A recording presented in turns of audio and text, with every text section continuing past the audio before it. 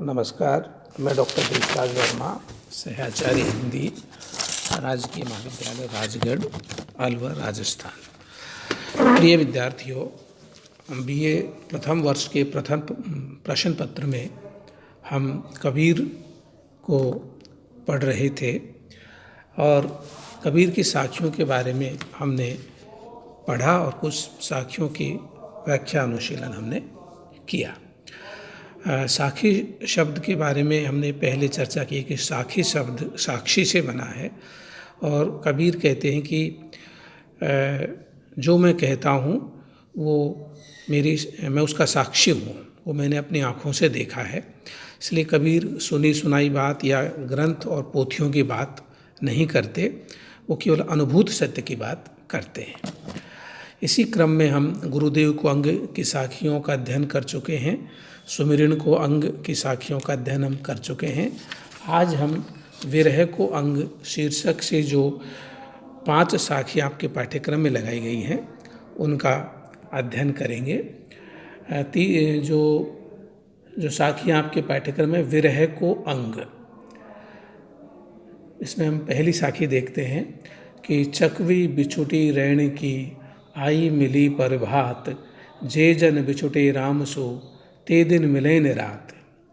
देखिए, कबीर की इन साखियों में हम भावात्मक रहस्यवाद की छटा को देख सकते हैं। कबीर में हमें 2 प्रकार का रहस्यवाद देखने को मिलता है, भावात्मक रहस्यवाद और साधनात्मक रहस्यवाद। रहस्यवाद से तात्पर्य आत्मा परमात्मा के प्रेम संबंधों की प्रतीकाश्रित अभिव्यक्ति से रहस्यवाद को अर्थ लगाया जाता है। विरह को अंग भावात्मक रहस्यवाद, इसमें एक विरहिणी जीवात्मा किस तरह अपने प्रियतम परमात्मा के लिए रुदन करती है, विलाप करती है, कितने समय से उसकी प्रतीक्षा कर रही है, ये सारी चीज़ें हम इन साखियों में देख सकते हैं। सबसे बड़ी बात है, कबीर की साखियों में जो आत्मा परमात्मा का जो संबंध है वो दाम्पत्य मूलक प्रतीकों के माध्यम से व्यक्त हुआ है, या यूँ कहें पति पत्नी के संबंध या प्रेमी प्रेयसी के संबंधों के माध्यम से कबीर आत्मा परमात्मा के संबंधों को निरूपित करते हैं। कबीर कहते हैं कि चकवी बिछुटी रैण की आई मिली प्रभात। जो चकवा पक्षी है, चक्रवाक पक्षी है, चकवा और चकवी रात को बिछुड़ जाते हैं, ये उनकी प्राकृतिक उनकी अवस्था है। और आई मिली प्रभात, लेकिन जो ही प्रभात का समय होता है, सुबह होती है, वो दोनों चकवा और चकवी पक्षी आपस में आकर के मिल जाते हैं। ये एक प्राकृतिक एक परंपरा है या प्राकृतिक एक विधान है। लेकिन जे जन बिछुटे राम से, लेकिन जो व्यक्ति राम से बिछुड़ चुके हैं, ते दिन मिले न रात, उन्हें चैन न तो दिन को मिलता है न रात को मिलता है। वो न दिन में अपने प्रियतम से मिल सकते हैं न रात में अपने प्रियतम से मिल सकते हैं। मतलब विरहिणी जीवात्मा को लगातार विरह का दुख भोगना पड़ता है। इसलिए जो राम से बिछुड़ गए वो न दिन को मिल पाते हैं न रात को मिल पाते हैं, इसलिए उनका विरह स्थायी बन जाता है।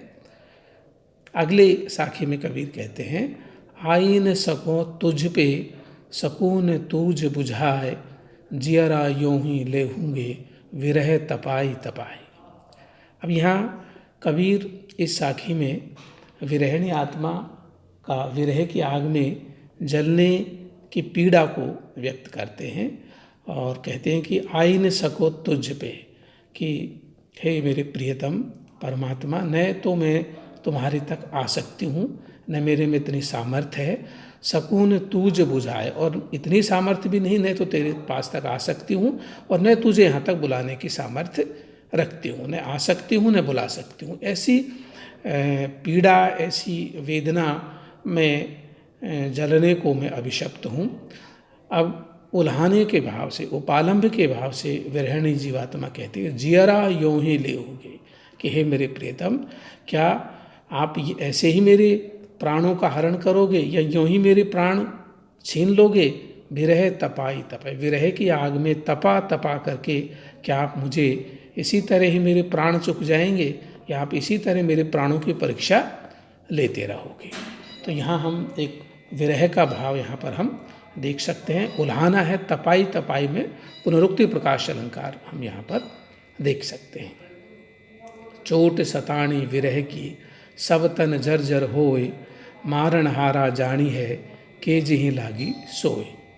अब कबीर कहते हैं कि जो विरह की चोट है वो बड़े सताने वाली है, बड़ी पीड़ादायक है,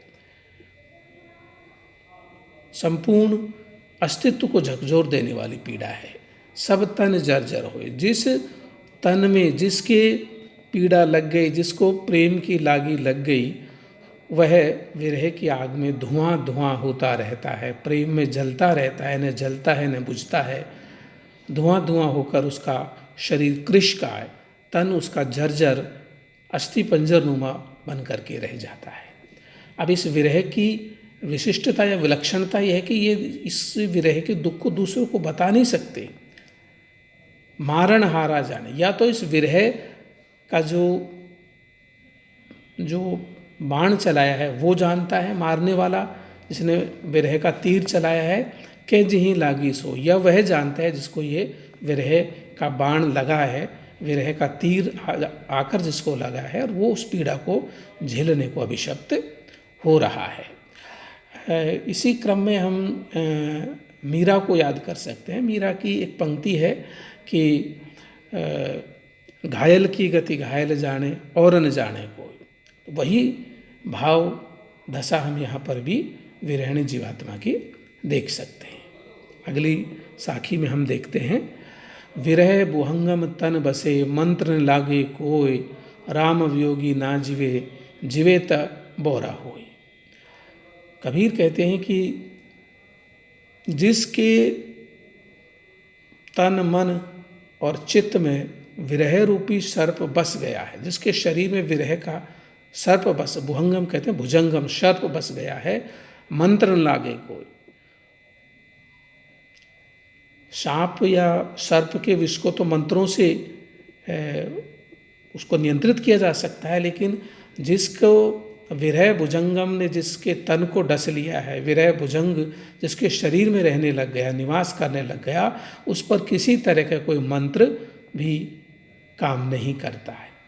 राम वियोगी ना जिए, जो जिसके मन में राम के प्रति प्रेम और विरह उत्पन्न हो गया है, जो राम का वियोगी हो गया है, वो ना जी पाता है और न मर पाता है। अगर जीता भी है तो बोरा हो, वो पागल हो जाता है, बोरा जाता है, उसको संसार रुचिकर नहीं लगता और वो चारों तरफ भटकता रहता है।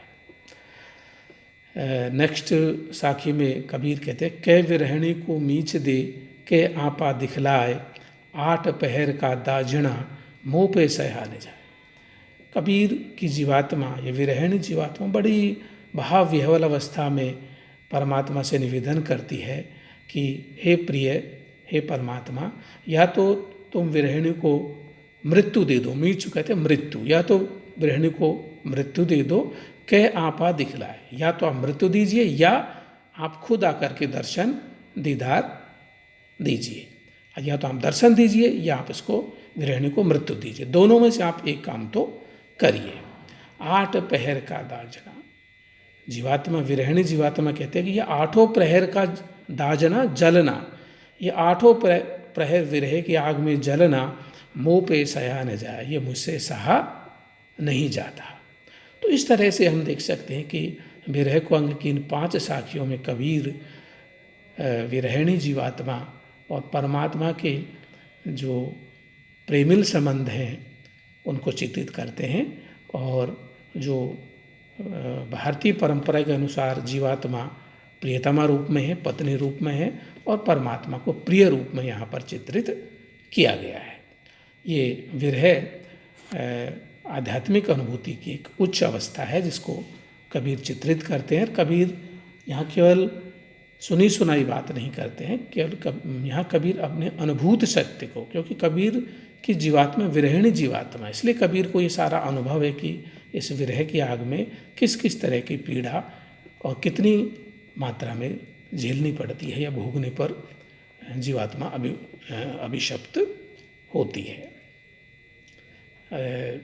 नेक्स्ट है पर्चा को अंग।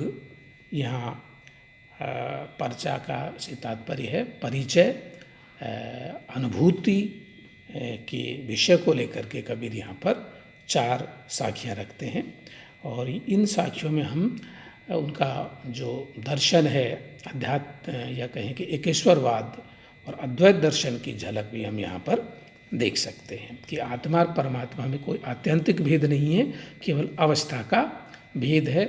आत्मा और परमात्मा समुद्र और बुलबुले की तरह हैं, जैसे समुद्र में बुलबुला पैदा होता है और उसी में समाहित हो जाता है। इस ही भाव सत्य को कबीर इन साखियों में व्यक्त करते हैं। पार ब्रह्म के तेज का कैसा है उन्मान, कहे बेको शोभा नहीं देखा ही परवान। कबीर कहते हैं कि जो पूर्ण पार ब्रह्म है उसका तेज, उसकी चमक, उसकी आभा का कैसा है उन्मान, उसके बारे में हम न तो अनुमान लगा सकते हैं न उसका वर्णन कर सकते हैं। कितना भी अतिशयोक्तिपूर्ण वर्णन करें तो भी वह शब्दों के अंदर नहीं आ सकता, क्योंकि वह अवर्णनीय है, वो शब्दातीत है। कहीं बेकु शोभा नहीं, कबीर कहते कहने को कोई शोभा ही नहीं है, कोई उपमान नहीं जुटते हैं, कोई प्रतीक नहीं जुटते हैं। उसकी बराबरी के लिए कबीर कहते हैं कि कोई समानता के उपादान मुझे नहीं मिलता। देखा ही परवान, उसे तो देखने पर ही पता चलता है जैसा तैसा रहे कहे कबीर विचार। कबीर कहते हैं कि मैं उसको बता नहीं सकता हूँ, छोटा बड़ा, काला गोरा, खट्टा मीठा। कबीर कहते हैं आप देखोगे तभी आप खुद चख करके उसके स्वाद के, उसका अनुभूति को आप पा करके ही उसके बारे में आप अनुभव प्राप्त कर सकते हैं। कबीर नेक्स्ट साखी में कहते हैं कि पानी ही ते हिम भया, हिम वह गया बिलाए, जो कुछ था सोई भया, अब कछु कहा रह जाए। कबीर कहते हैं कि आत्मा परमात्मा के जो संबंध है वो अवस्था भेद है, बल्कि आत्मा परमात्मा मूलतः एक ही हैं। पानी ही ते हिम भया, पानी से ही जब पानी घनीभूत होता है, ठंडा होता है, तो उससे ही बर्फ़ बनती है, हिम बनता है। हिम वह गया बिला, जब वही बर्फ़ ऊष्मा पाता है तो वही वापस अवस्था बदलकर ठोस से द्रव अवस्था में पानी के रूप में परिवर्तित हो जाता है। जो कुछ था सो भया, कबीर कहते हैं कि जो बर्फ था वो पानी था, अवस्था भेद से वो ठोस अवस्था में बर्फ बना, फिर पिघल करके दोबारा द्रव अवस्था में आया। अब कछु कहा न जाए, कबीर कहते हैं कुछ कहा नहीं जा सकता। ये बिल्कुल साफ जाहिर हो गया है कि आत्मा ही परमात्मा स्वरूप है,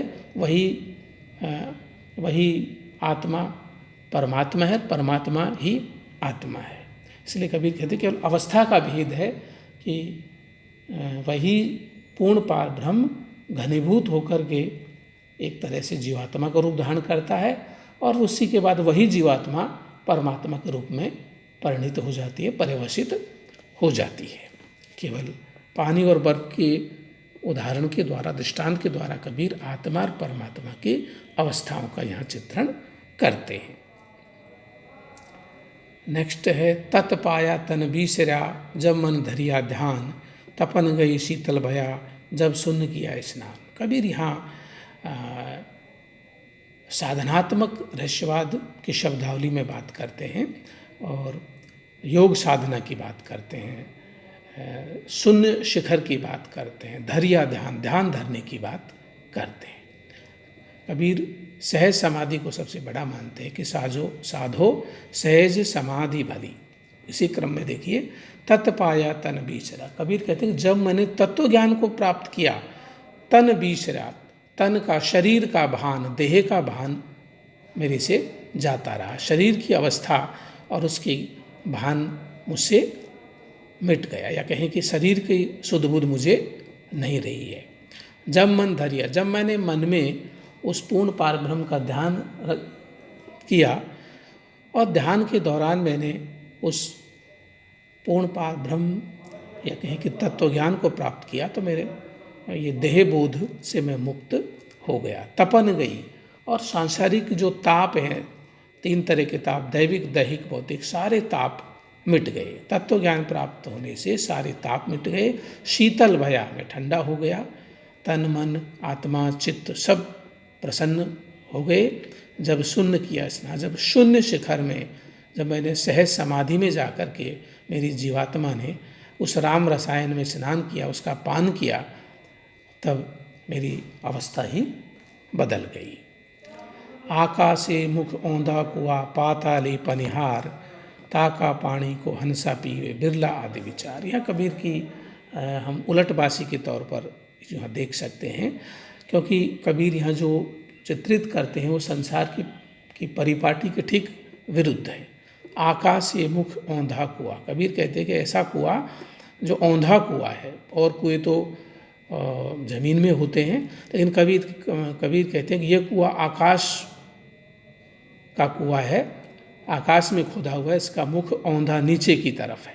पाताले पनिहार, और पाताल में पनिहारिन रहती है जो पानी भरती है, बल्कि हम सामान्य देखते हैं कि पनिहारिन तो ऊपर होती है और कुएं से बाल्टी से पानी भरते, लेकिन यहाँ कबीर यहाँ कुंडलिनी शक्ति की बात करते हैं कि कबीर यहाँ चक्रों की बात करते हैं, 6 चक्रों की बात करते हैं कि मूलाधार चक्र जो नीचे ही नीचे है, मूलाधार, स्वादिष्ठान, मणिपुर, अनाहत, विशुद्धराज्य चक्र, फिर कबीर सहस्रार और अष्ट कमल दल की बात करते हैं।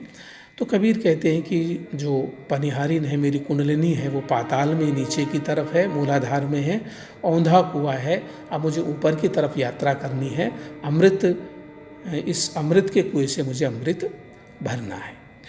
ताका पानी को हंसा पियो, इस साधनात्मक कुएं का, इस दिव्य कुएं का पानी को हंस पुरुष, ये हंस जीवात्मा ही इस अमृत रस को, इस पानी को पीती है। बिरला आदि विचार, बिरला व्यक्ति इस कुएं के बारे में, इस पनिहारिन के बारे में, इस पूरे जो सिस्टम है इसके बारे में विचार कर सकता है, क्योंकि ये ऊर्ध्वमुखी साधना है।